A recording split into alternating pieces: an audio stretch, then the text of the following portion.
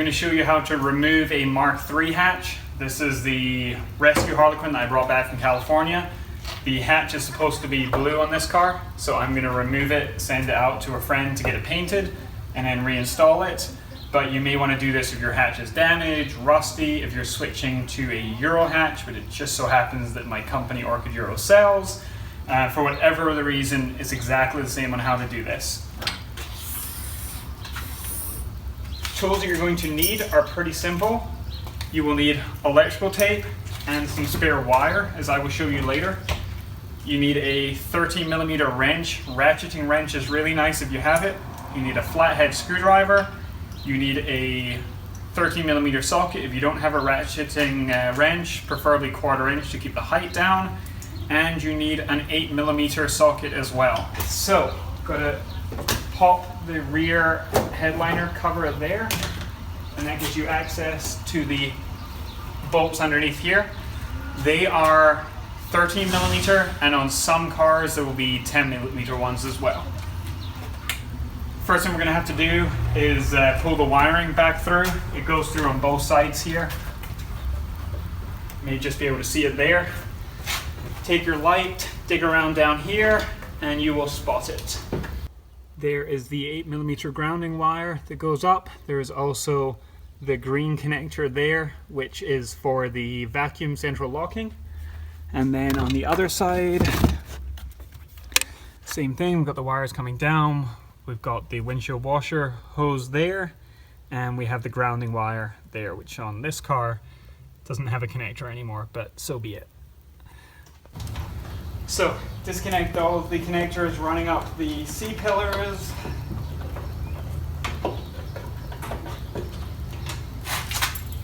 There's a few of them on each side. And then you're going to take your spare piece of wiring.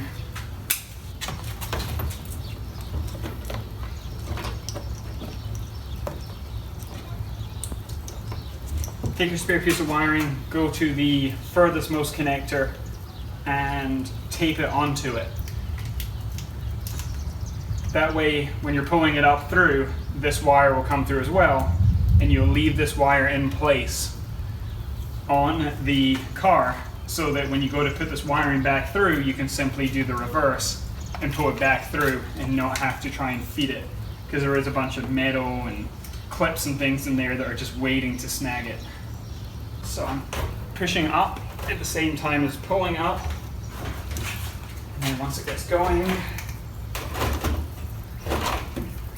just feed it. Hopefully it doesn't get caught, which this one did.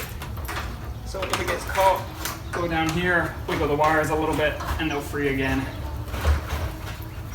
Be careful once you get to the end of it, because you do have to feed everything through the little oval hole here, which is a little bit annoying sometimes to get the right order. So now that all the wiring's through, I'll just pull through a little bit more, and that will be your feed to replace it. The other side is exactly the same. There's a little less wiring on this side though. So in theory, it's a little bit easier. Disconnect your wire, that's it through, so everything is done there. Whew, it is hot in here today. So 13mm wrench, reach under, be careful not to pull your headliner too much or else you can crease it.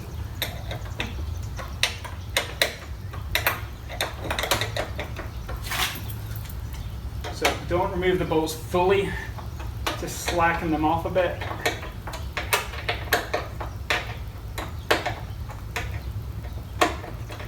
And now it will help if you have a friend to catch it. If not, you can just do a little bit of a dance.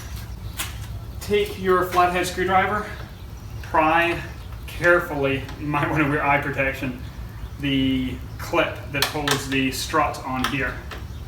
They have a habit of pinging. But you can do it and keep it on there. Leave one side on.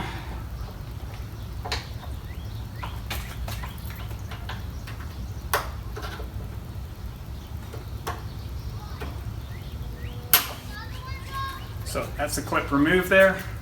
Set to the side, but again, leave that side on. Now that one side's off, one side's released, you are in a little bit of a danger zone. If you notch this off, the whole thing's going to come crashing down.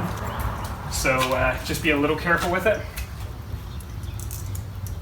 I'm now going to reach in, again being careful not to bend my headliner.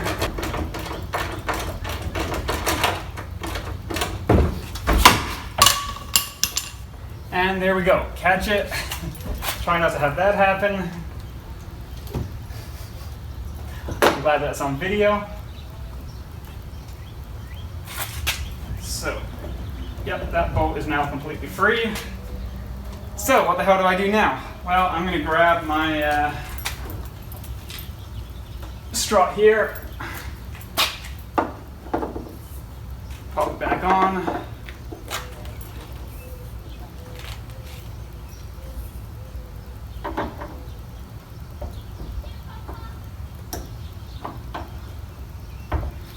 So, just releasing the last bolt.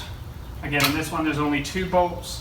Because the Harlequin, the bolt is green on the inside. But on your car there may be an extra 10mm or an extra other size bolt, maybe an 11. I don't know why they added it, but undo the 2 bolts there. Gently lower it down. And that's your hatch removed.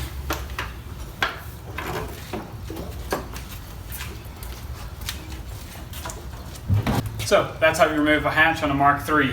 Just to recap, undo your screws or bolts on the inside, disconnect your wiring, tape a donor wire on, feed it through, remove that. You've got your props here, or struts that lift it up. You've got your bolts underneath there. Be careful not to damage the headliner. Remove all of it, it's done.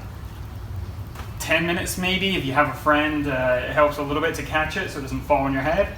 And yeah, that's about it.